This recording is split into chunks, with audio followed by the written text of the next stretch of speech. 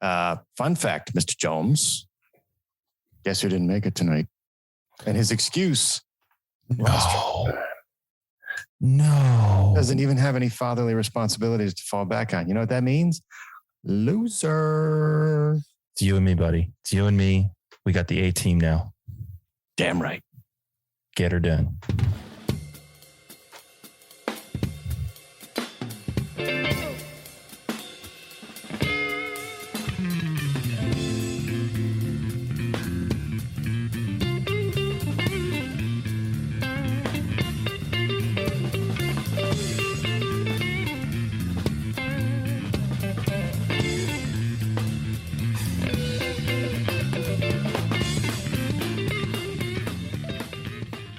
Welcome to the Bottle of Brown podcast. I'm your host, Danny Paul.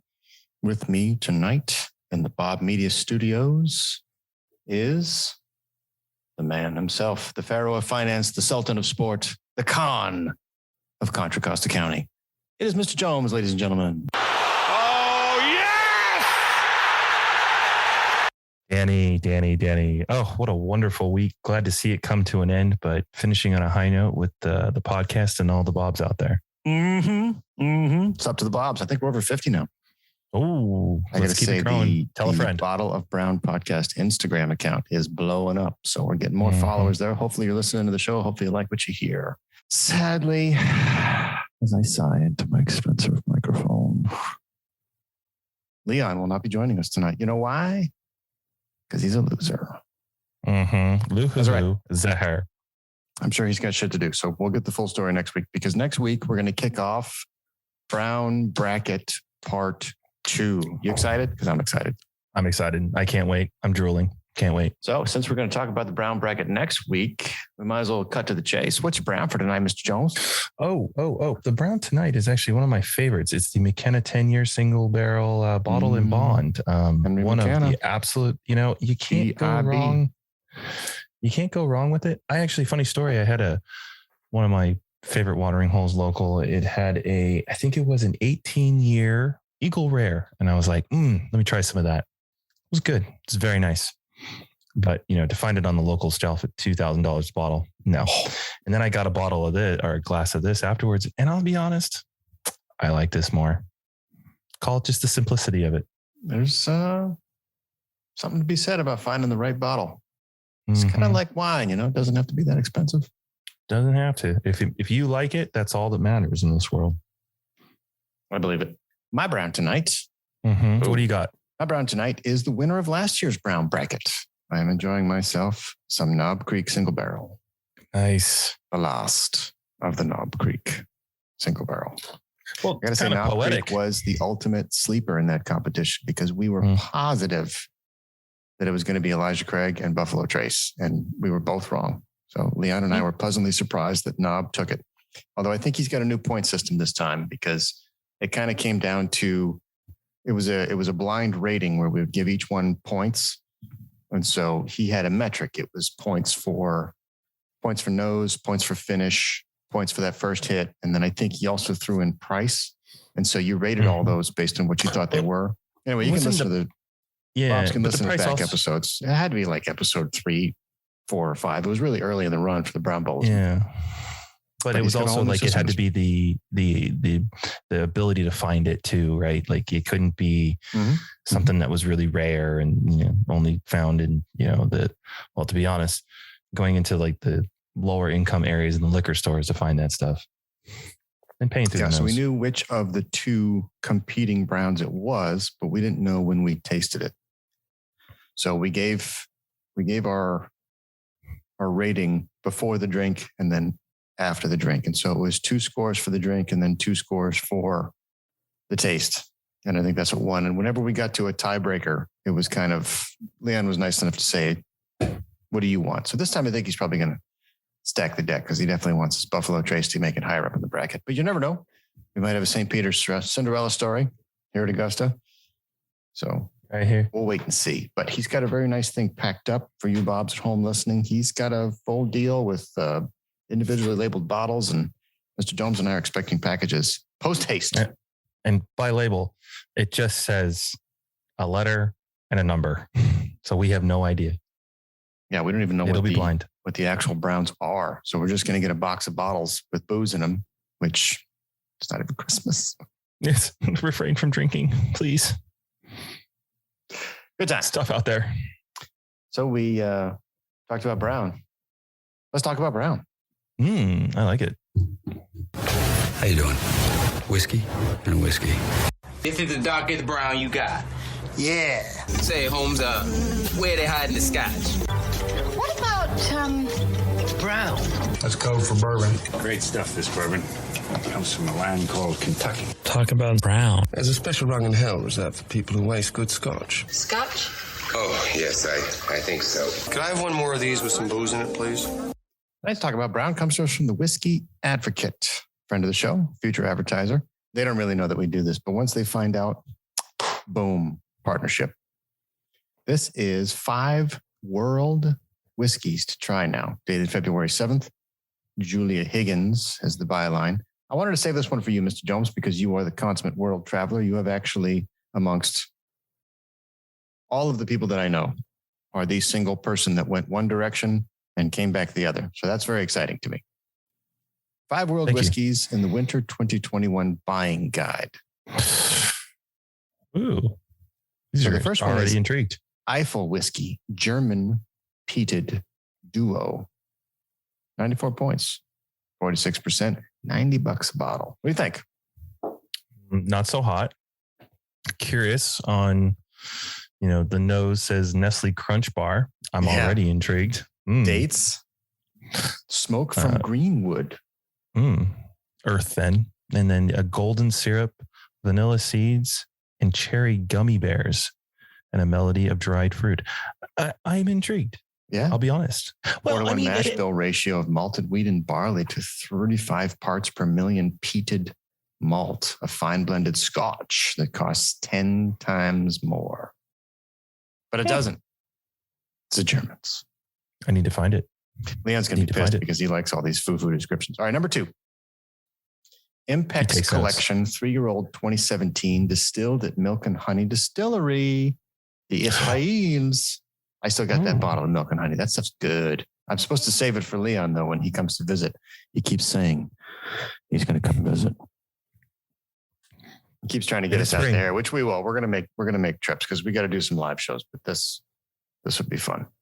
The PX Sherry Hog Shed finish has imbued a dark sweetness and punchy spices, a nose of raisins, mixed peel, ground ginger, and dark forest honey is molasses-like with golden syrup loaf, cinnamon, and tamarind. Not my style. I'm going to be honest. That one's not singing to me as much. Yeah, a slightly sticky mouthfeel is not just not in it. It's not an enticing copy for me. Sweet and punchy spices. Okay. I don't know. Ginger?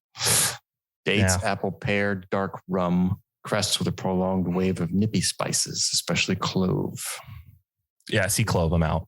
Sorry. I gotta say, Milk and Honey is pretty solid. Like that Israeli scotch that I got, it's really, really nice. But this one, we're going to give it a...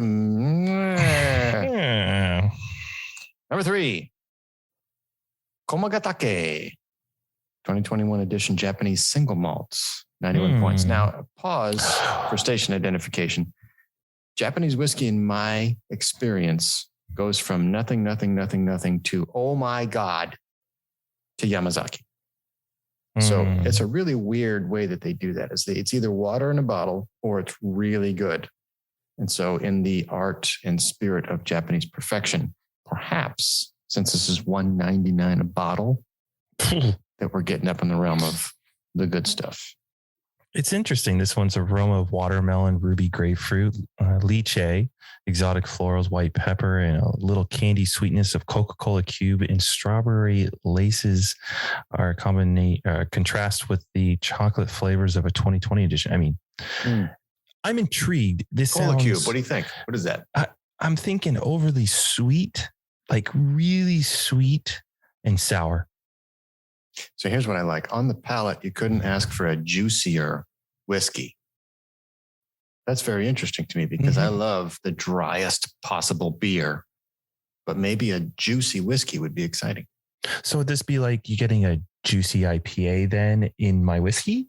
Is that where we're kind of going with the floras, the grapefruits, the lychee? Like, is that where we're going with this? I'm intrigued. But yeah, for see what they close out bottle, with: fruit salad with red apple, strawberry, watermelon, and that candy sweetness again before an edgier finish of bittersweet citrus and grapefruit acidity. I don't know, man. Grapefruit is this is kind of fascinating. I don't know if I want to drop $200, but I'm not. I'd be willing to see if my local watering holes carry such a bottle, if possible. Komagatake, single malt Japanese whiskey. I'm intrigued. Mark that one. I like it. Mark that one. All right, what are we on now? We're on number 4. Number 4. Coppery's French single malt. I'm going to pause here for station identification. So the old man who I want to get on the show, I want to get the chairman on the pod. He is a huge genealogy fan. Like, he goes deep. Mm-hmm. He's got the lineage going up 5 generations or so. And then he's gone way back to like the 1200s because we're all descended from the Merovingian kings and all that. And like, yeah, whatever, Dad.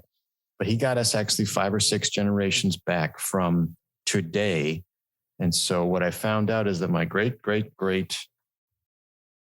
many greats? 3 greats, 3 or 4 greats grandfather was in the Cartier family, as in jewelry. And it turns out that there's a very, very small sliver of Irish in my family, which was a surprise to me because we had always leaned on what my grandparents told us, which is, yeah, we're Irish. It's great. Turns out we're in a lot of French. Yeah. Danny Paul's treat. And Scottish, I believe, too. I've had that discussion with you. A little bit of Irish, a little bit of British, but there's a lot of French. So I got to rethink things. I have to rethink my family tree. Does that mean we're eating more crepes? My lineage provides a certain je ne sais quoi. Anyway, back to the list. Coppery's French single malt, double distilled in Charentais copper pot stills, more commonly used for making brandy and cognac. This well-made whiskey has aromas of zested clementine over orange cake, dry wood spices, milk chocolate, roasted hazelnuts, and melted butter, and charred oak. I'm intrigued. Sweet. $60 a bottle. Sweet. I'm in. I think it would be a good dessert finisher over, a chocolate cake, to be honest. Yeah, I mean, not good just pairing. Sweet, but like silky sweet. So we're talking about brandy smoothie and cognac copper pot stills. Mm-hmm. So this is not a wood. Well, I suppose it could be wood.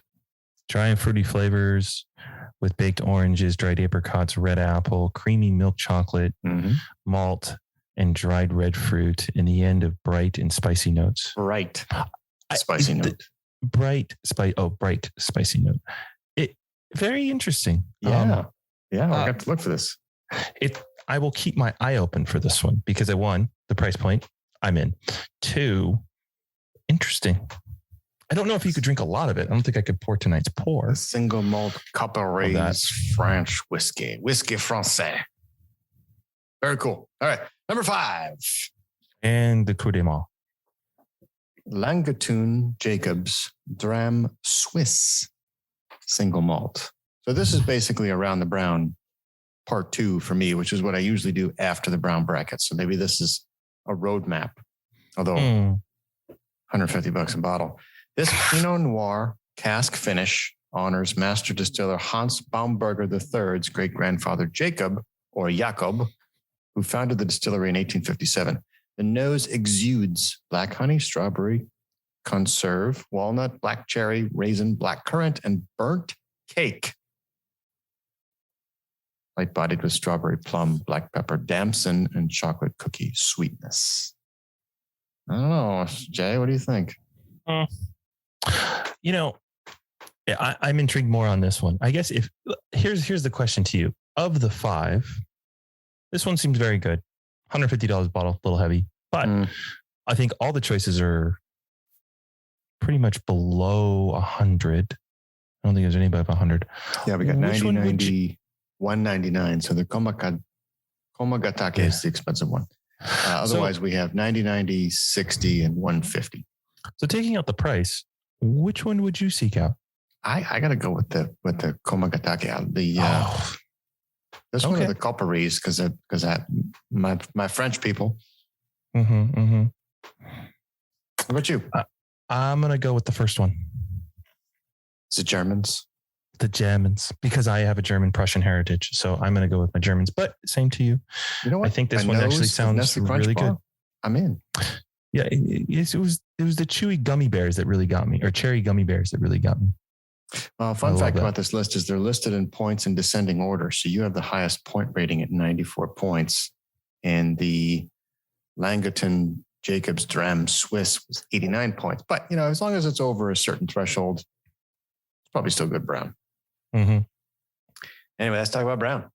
We'll be right back.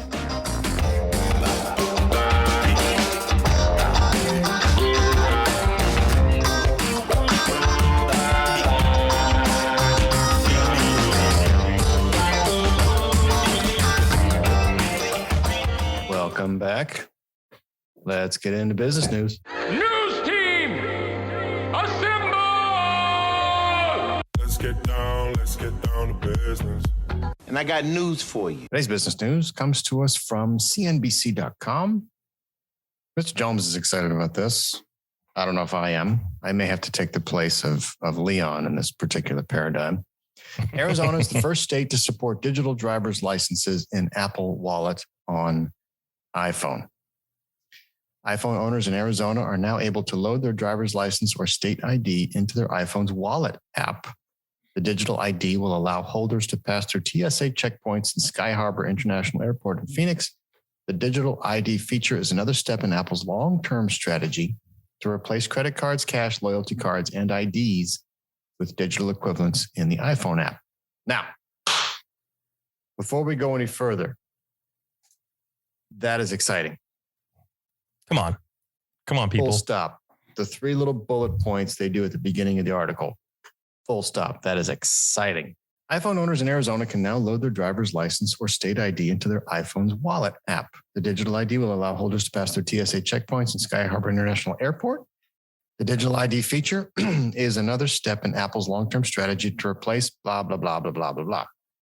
Although Apple doesn't make a lot of revenue from its wallet, the features are useful and make it harder to switch to Android. Apple also said on Wednesday plans to introduce the feature in Colorado, Hawaii, Mississippi, Ohio, and Puerto Rico, in addition to 7 states previously announced, including Georgia, which Apple previously said would be one of the first states to launch the feature with Arizona. Arizona won. So I live in Arizona, so I should be excited about this. The setup process for Arizona residents can be initiated through the wallet app. Users will ask to take a selfie and a scan of their driver's license. TSA checks the user's digital ID by tapping it on one of its machines. Users don't have to hand over their device. TSA will also take a picture of the traveler. The mobile ID won't be able to visually inspect in the iPhone screen like at a bar or a federal building. The mobile ID inside the wallet app won't show a user's photo or information. For example, users will continue to have to carry their physical license for now. Boo. Come on, people. Are you as excited as you were before the show? I don't want to leave with anything. I just want to leave with my phone. That's all I need. This is bullshit. So come on, people. So the whole idea is that you won't be able to have to worry about carrying your license. Only ding, ding, ding. You do. So all this is good for us for people that don't want to take their wallet out of their pocket at the airport, which compared to a bar, you're more likely to have your pocket picked at a bar than you are at the airport. So I don't necessarily know what excitement this is, but then also what it says is the TSA is going to take your picture. So there's going to be an additional step. You're not going to breeze through security any faster. So yes and no, but it seems to me net zero. What do you think? Can I just say, I think this is a stepping stone. This is a stepping stone. Fair. I'm going to say that while, yes, it's a testing phase. Yes, it's new technology. How do we protect? How do we secure? How do we identify? Well, this is a step. I'm in favor of where this is going. Now, does it get me to where I want to go? Probably not. Where I literally can leave my wallet at home and only take my phone somewhere. I'm all for that, by the way. But I think this is a step in the right direction. Does it get me to where I want to go? Not today, but maybe tomorrow. comment? We are very far from Back to the Future 2, where all you got to do is thumbprint. But yeah, well, or I don't think we're that scan. far. Actually, sorry, to be fair, this is going in the right direction. So 100% we're on our way there. But to be announced with such fanfare when it really isn't improving anything net. Yeah, got to start somewhere. Yeah, that's true. That's true. You got to start somewhere. Hey, this is the whole thing. Like, when was the last time you got on a flight and actually had a paper ticket? Maybe that was, when they first basically had it where, you were emailed your ticket and you used that with the QR code to get on the plane. Mm-hmm. That was new. Now now you hand them your ID, you put your phone in the scanner, and that effectively gets you through security. Now you put your phone in the scanner and they take your picture, and that gets you through security. So perhaps when you put it in that context, it is progress, although it's not the progress that would yield the fanfare, because I think that the headline steals a lot of thunder from the actuality. You don't actually get to put your driver's license in your Apple Wallet. It's only for the airport. So perhaps if we get to the point where you actually can put your digital ID in a wallet, that's pretty cool. I guarantee you we'll get there. Guarantee you. So now the question is, what's our timeline? Oh, I don't know. As Leon would say, and we haven't cured cancer yet. Yeah, and as Leon would say, probably 18 months, I'm guessing. Maybe 24 months. I mean, look, there's a lot that can They happen. cracked the seal. I mean, Arizona accepted it. Georgia's going to accept it. They're going to get all these other states to accept it. It's literally going to come down to a federal database that will store these IDs, whether it's maybe it's state database like you do for a driver's license, that the DMV comes up with an app, and that app has all your digital footprint on it. And, it's impossible to manipulate, hack, change. I think that's the difficult thing here. But hey, man, I don't know. They spent a lot of money on this kind of stuff, and this is how we get to the future. So, I guess to this point, is this really that important though, too? No, but you made me think of something. So we are getting fairly close to a federal identification database, which is something that other countries have. Yes. Not a good example, but I was having a conversation with my friend from Argentina who says there is a federal Argentina ID that you can carry around with you. And he said, it would be so nice if we had that equivalent in the States. And I said, well, we have it with the Social Security card. He goes, yeah, but you don't go flashing your Social Security card around because you're worried about identity theft. And I said, well, you got global entry. He says, that's about as close as you're going to get right now. There is no federal identification such that you can go from state to state with no papers. It's still a state regulated authority. And the challenge, as Leon knows, is when you go from state to state, states don't honor it. So he had a lot of stuff locked up in Ohio and Florida. When he came to California, California basically said, yeah, great. You need a California version. And I believe that was the source of one of his loads. He's right. So he's right. And you're going to balance the federalist versus the states' rights argument. I'm kind of leaning towards, either that or just carry your passport around, but your passport is global. So why walk around with a global document? Do you really need that? How much overkill do you need? But you can't hand over your passport card if you get pulled over. I think we'll pretty much go state first and then go federal after if there's something like that. I mean, I think it's the states basically solving the problem. I guess what is the problem to be solved is the real question here. So solving the problem. Now, flying planes from you leave one state, you enter a new state, this is convenience. This is trying to solve for, not anything else and more important. If anything, they've made travel harder in California, at least. Don't know about most other states, but to fly now, you must have a true ID. Could be wrong. Bob's correct me. I'm not sure when that went into effect. It could be in September of this year. The true ID went into effect in Arizona for sure. But I don't know if it goes in California yet. It may have. I haven't I have gotten on a plane. I've always had the true ID anyways, but to this point, you need a better ID. So yeah, I roll with the global entry and the APEC cards and the passport. So I just, you don't have a driver's license? I'm not driving. Well, you and I got that one first, sir. We remember that one very, very well. We learned that one very good. But that was a funny story. We should save that for the bonus section. Send that for the bonus section. That's a good one with the. Well, let's close this one out with Apple has been working on digital licenses for over 2 years. It's working closely with states to issue the IDs and with the TSA to accept them. Apple is not paying states for the work they do to support the licenses. So the optimist in me says this is a nice perk for their customers. It drives the technology forward. It's engaging government. It's trying to make things more efficient. The cynic in me says Apple's going to have all of our licenses in their database and they'll know everything about us. But Apple's a good company. Come on. For now. I'll save that one for Leon because I like Timmy.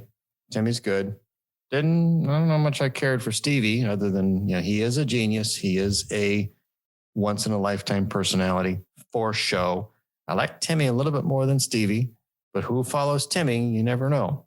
Company's got $2 trillion market cap on their way to 3. That was 3. The company's a monster.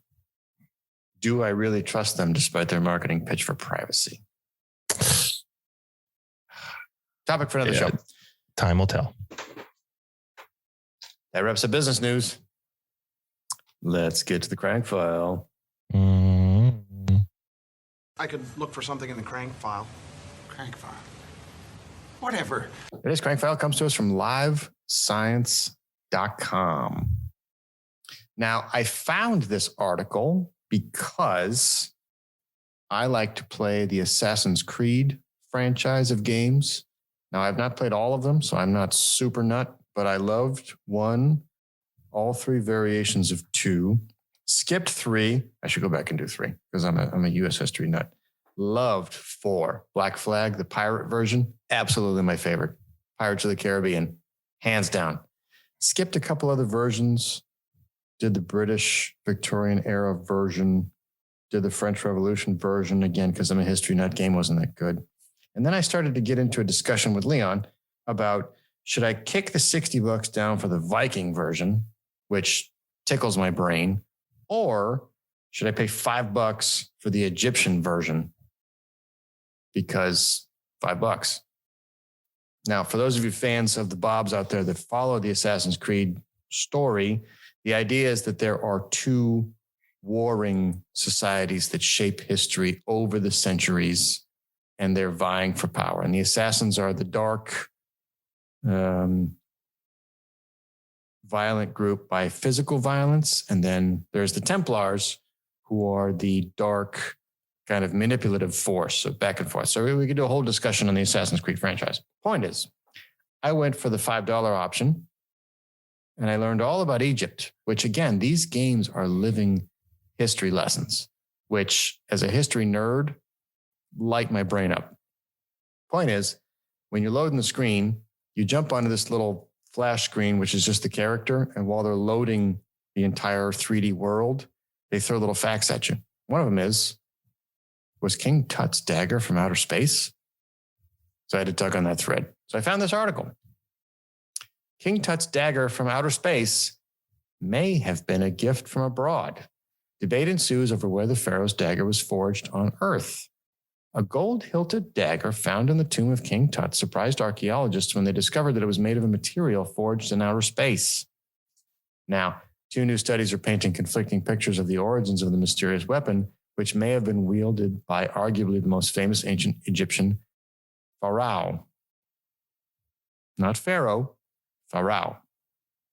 One of those studies on the dagger, made of iron from meteors, suggests it was manufactured in Anatolia, modern-day Turkey, while the other study indicates its earthly origins are still a mystery. You with me so far? I can see you're interested. At the time, King Tutankhamun reigned from 1333 BC to 1323 BC. 10 years. Didn't last long. Iron smelting had not been invented yet, meaning the metal was a rare and precious commodity that often came from meteors. In one of the new studies published February 11th in the journal Meteoritics and Planetary Science, researchers describe how an adhesive used on the dagger's gold hilt was likely made of lime plaster, the material that was used in Anatolia at the time Tutankhamun reigned. This lime plaster, however, was not widely used in Egypt at the time. Additionally, historical records found at the site of Amarna in Egypt show that Tushratta, the king of Mitanni in Anatolia, gifted at least one iron dagger to Amenhotep III, who reigned from 1390 to 1352 BC, grandfather of King Tut. The team also found that the iron blade was made from low temperature heat forging at less than 950 degrees centigrade, 1740 degrees Fahrenheit. Since a mineral called troilite and formations of iron nickel crystals known as Widmanstatten could be seen in the dagger, the researchers wrote in the journal article. It's interesting. What do you think so far before we go on? No, it makes sense for the time period in the technology. What was that book? Guns, Germs, and Steel. Mm-hmm. Like, great book if you've ever read that one, of understanding the evolution of man, really. And this is very interesting of like, meteors are basically made of nickel and iron. So it's plausible, like Mythbusters. Is this plausible? Yeah, it's plausible. Who knows? What do you think? So the different viewpoint with what you just said, taking into account, researchers found that it is currently impossible to arrive at a reliable conclusion as to the origin of Tutankhamun's iron objects or the craftsmen and materials involved. Those study authors noted that the rock crystal, quote unquote, of the blade's pommel is similar to artifacts widely used in Aegean area or Aegean, while the pommel's typically Egyptian shape suggests either manufacture in Egypt or foreign production for an Egyptian market. As a result, no clear overall picture on the origin of the dagger's handle and blade can be made.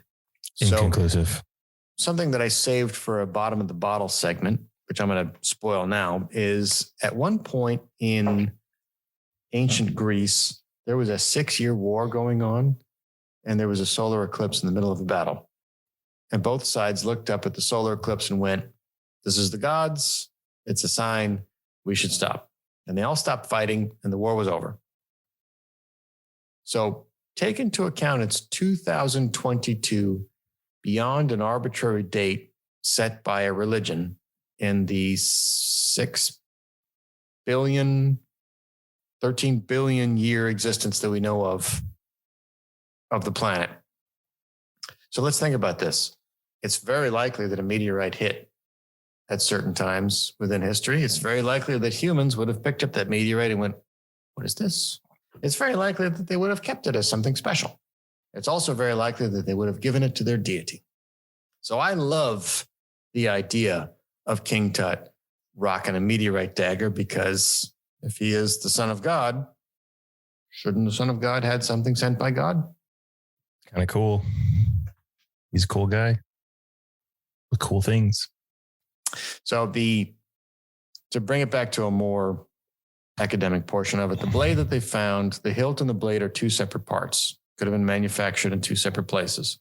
Marion Feldman, archaeologist at Johns Hopkins University, said that if the team's findings that the dagger was manufactured in Anatolia are correct, it would be important confirmation that some of the luxurious objects found in Tutankhamun's tomb were diplomatic gifts from abroad. More research is needed, of course, to confirm those findings, but makes you think. It's a cool article. That wraps the Crank File. Let's get to Because Florida. Because anything goes to Florida. Baby, let the good times roll. Because anything goes to Florida. Come on down and do your worst. Today's Because Florida comes to us from the sunsentinel.com. Normally, we take the Because Florida segment to find some crazy thing some dumb Floridian did. Today, we're going to do something a little different. Diapers will be tax-free in Florida starting on July 1. Yay! There will be a little wiggle room in parents' budgets this summer. Diapers are going to be tax-free in Florida for 1 year. State Representative Anna Escamani, Democrat from Orlando, originally sponsored the bill for diapers to be tax-free permanently, but the revised version that was passed by the legislature is for 1 year. It also includes baby clothes. Starts July 1. Ultimate goal is to make it permanent, said a spokeswoman from her office Wednesday. Governor Ron DeSantis promoted the legislation while speaking in Hialeah on Wednesday. He called it a, quote, tax holiday, unquote. He quipped that because of his youngest daughter, who was about to turn 2, we go through a law. When that goes into effect, they're going to be very happy to be able to save, he said. There are certain things during inflation people can cut back on, but it's kind of hard to cut back on diapers when you got a little one, he said. So normally we talk a lot of shit on Florida, but I got to say, well done. For it. I mean, we don't tax things of production like milk, which a 2-year-old you'd be going to milk. We don't tax that. We shouldn't tax diapers. Like, what? It's such a need and necessity, and honestly, a hygiene thing too. You know, I'm not one of these cloth diapers people. Do you know anybody that did the cloth diapers? Yes. And they didn't last. And they don't last. They eventually gave up because what happens is you don't really wash them. You get a couple of washes out of them, but the stains don't go away.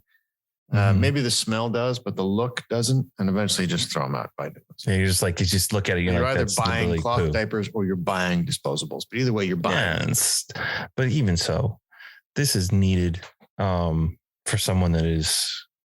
Diapers are expensive. I mean, I think actually, you go through them, but like things like formula should be tax-free. They're just basic necessities. Like you can't control formula. If your, wife doesn't produce enough milk for your baby or stops producing milk or whatever the case may be, like, why are you paying taxes on something like that? That's just awful. And then also on top of it, diapers, clothing, things that are anything that a child would use between a particular age. Now, maybe fine, tax the stroller, tax big ticket items like a crib if you have to. But like the things like the daily things that you just grind through and it's already super expensive. Hats off to you, Florida. It's a good call. Yeah, I got to say, for those of you, Bobs, that lean to the right, you should be very, very happy that taxes are low. But I also want to make a key point here. If you go to a supermarket, I want you to see if in your supermarket the formula is on the shelf. Because in most of the places that I've gone to in an informal survey in the last few years, they're not. Like the local Kroger by me that I like to go to and the Albertsons by me that I like to go to, they have all the formula locked up behind a cage. Now, that is the same cage where they lock up the cigarettes and the really expensive booze. And you may be thinking to yourself, formula is not a dangerous or high margin expensive item. No, but it is an item prone to shoplifting. Now, who wants to shoplift formula? And for those of you that have in your mind an evil criminal with the black bandana around their eyes and the black and white striped shirt, it's not. It's moms. It's moms who can't afford it, and they would rather go to jail than watch their child starve. So when you start thinking about these things and you wonder why a supermarket locks up formula in a cage, I think that's an important thing about our society and the way we consider these things. So taxes are a nice step. I'm wondering if there's a way to do more because, as I have said on the pod many times, I think you've been around, Mr. Jomes, for that. And certainly Leon's been around. There are certain countries that have go home and have sex nights because their population is low. Russia has them. Singapore has them. Japan needs to get out and start doing its thing. I'm reminded of a line from Fight Club. I wanted to kill every panda that wouldn't fuck to save its species. It's important that we have children for the future economy of our country. Having babies is good. Positive. If you are in a red state, you don't seem to have this problem. If you are in a blue state, you do. What I loved was I think it was the 2016 election.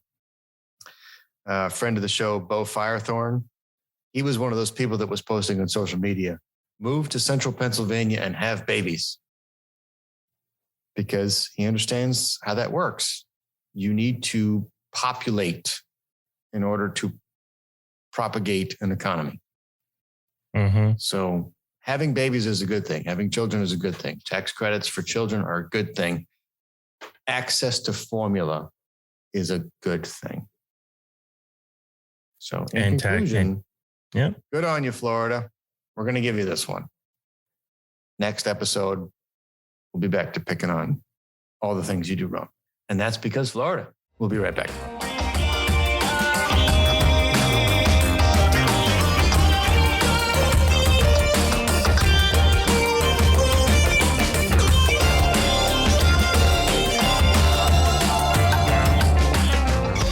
Welcome back. Let's get into parenting. We can make kids right now. That's why we're here. It's not the years, honey. It's the mileage. Today's parenting segment comes to us from wallethub.com. Best and worst states to raise a family. The article starts out, raising a healthy, stable family sometimes requires moving to a new state. The reasons people choose to move are often similar: career transitions, better schools, financial challenges, or a general desire to change settings. Wants and needs don't always align in a particular state, though. For instance, a state might offer a low income tax rate, but have a subpar education system. However, families do not need to make these kind of trade-offs. They can avoid such problems by knowing which states offer the best combination of qualities that matter most to parents and their kids. That includes more recent concerns like how well the state is handling COVID-19. To help with the evaluation process, Wallet Hub compared the 50 states across 51 key indicators of family friendliness.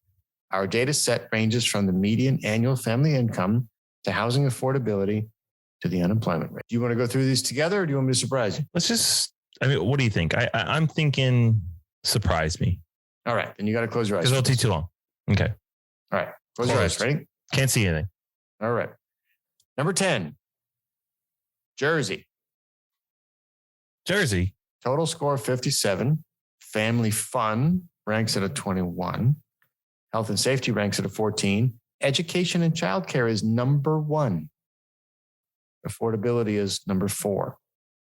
Wow. Interesting. Education and childcare, Jersey. Jersey's got it locked down. Okay. Number 9, North Dakota. Oh. Family fun, 31. A little bit more than Jersey. Health and safety, 17. A little more than Jersey. Education and childcare, 3. Fucking North Dakota. Well done. Affordability is 15. Oh, that's why. Yep. So let's pause and go back to this. So affordability is how unaffordable it is, because New Jersey is number 4 and number 7 is number 1. And I know that state is not affordable. So let's get on to number 8, Washington. I agree. Family fun, 8. Health and safety, 18. Education and childcare, 26.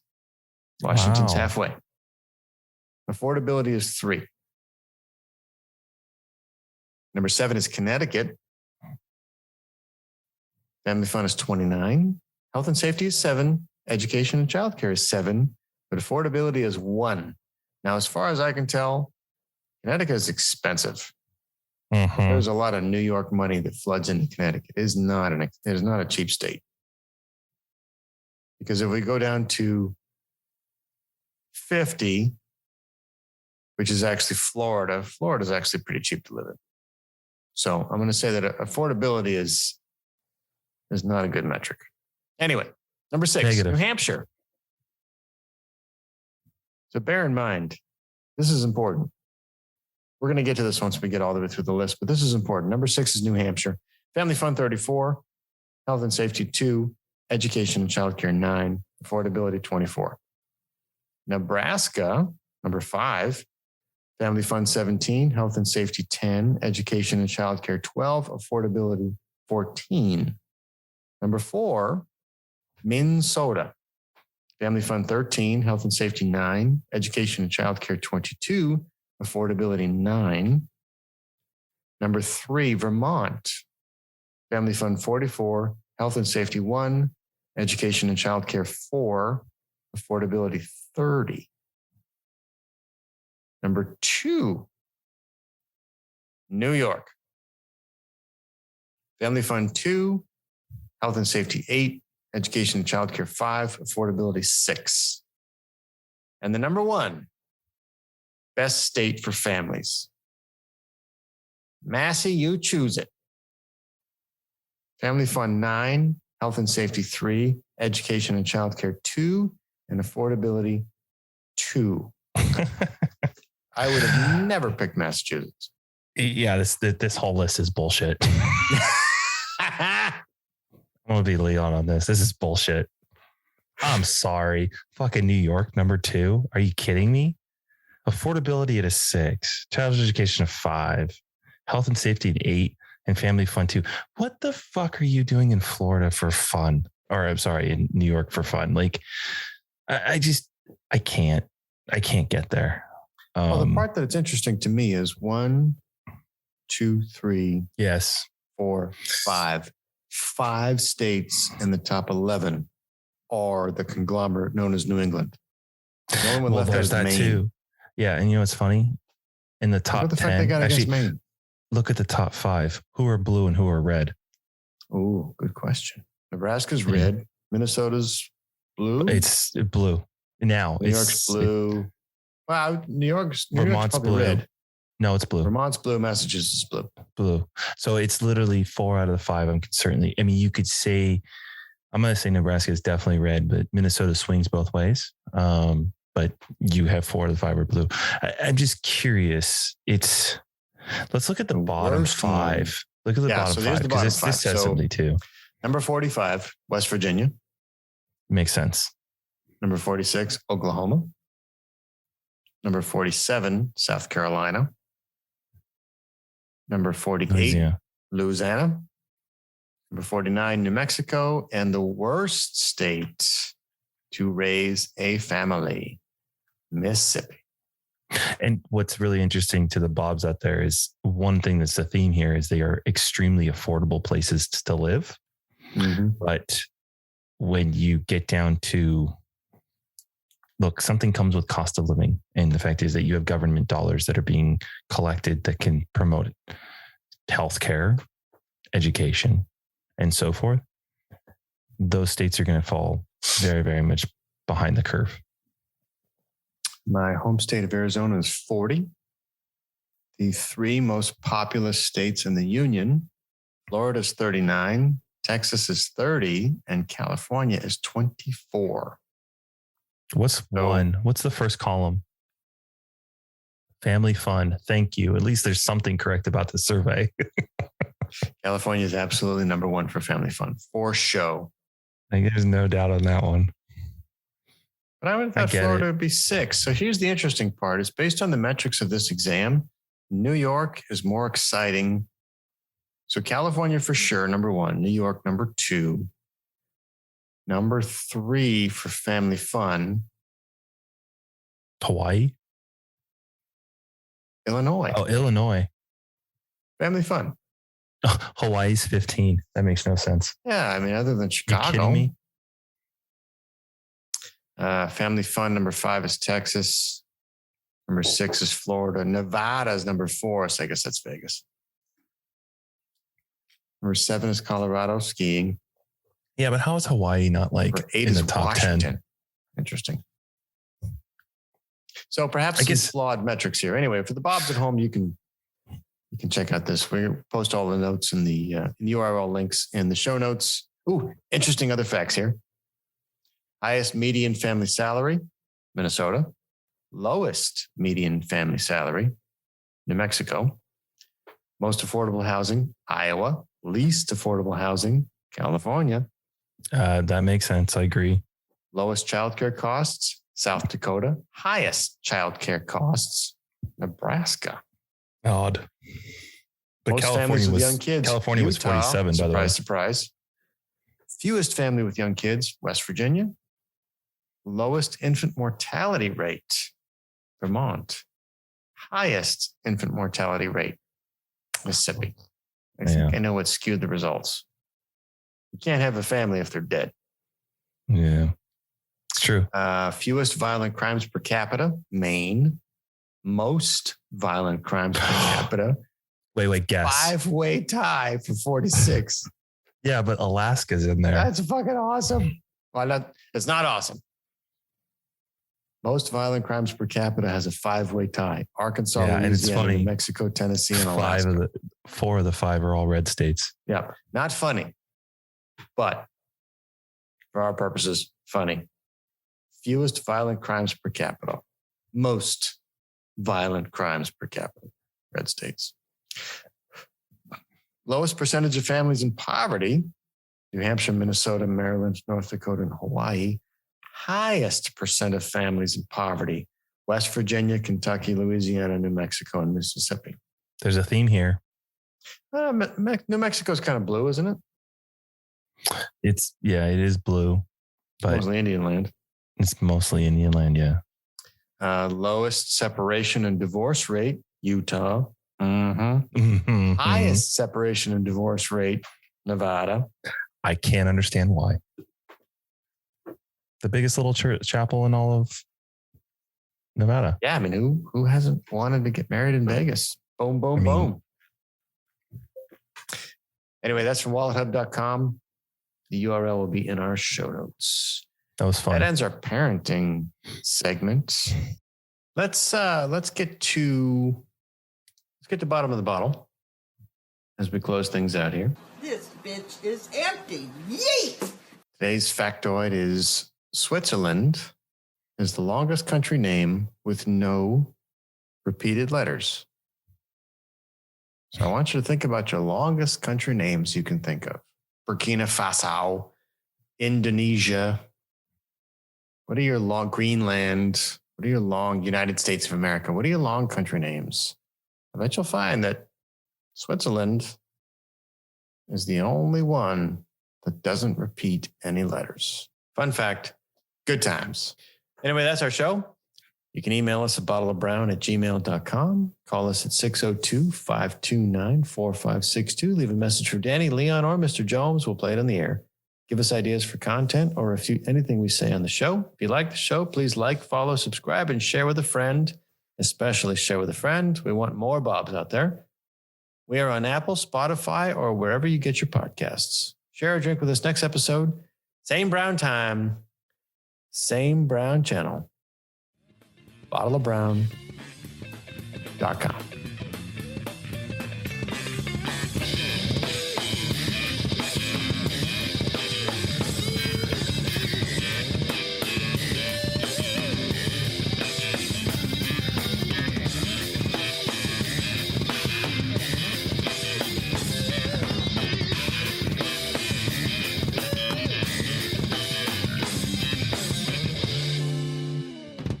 This place is dead anyway, man.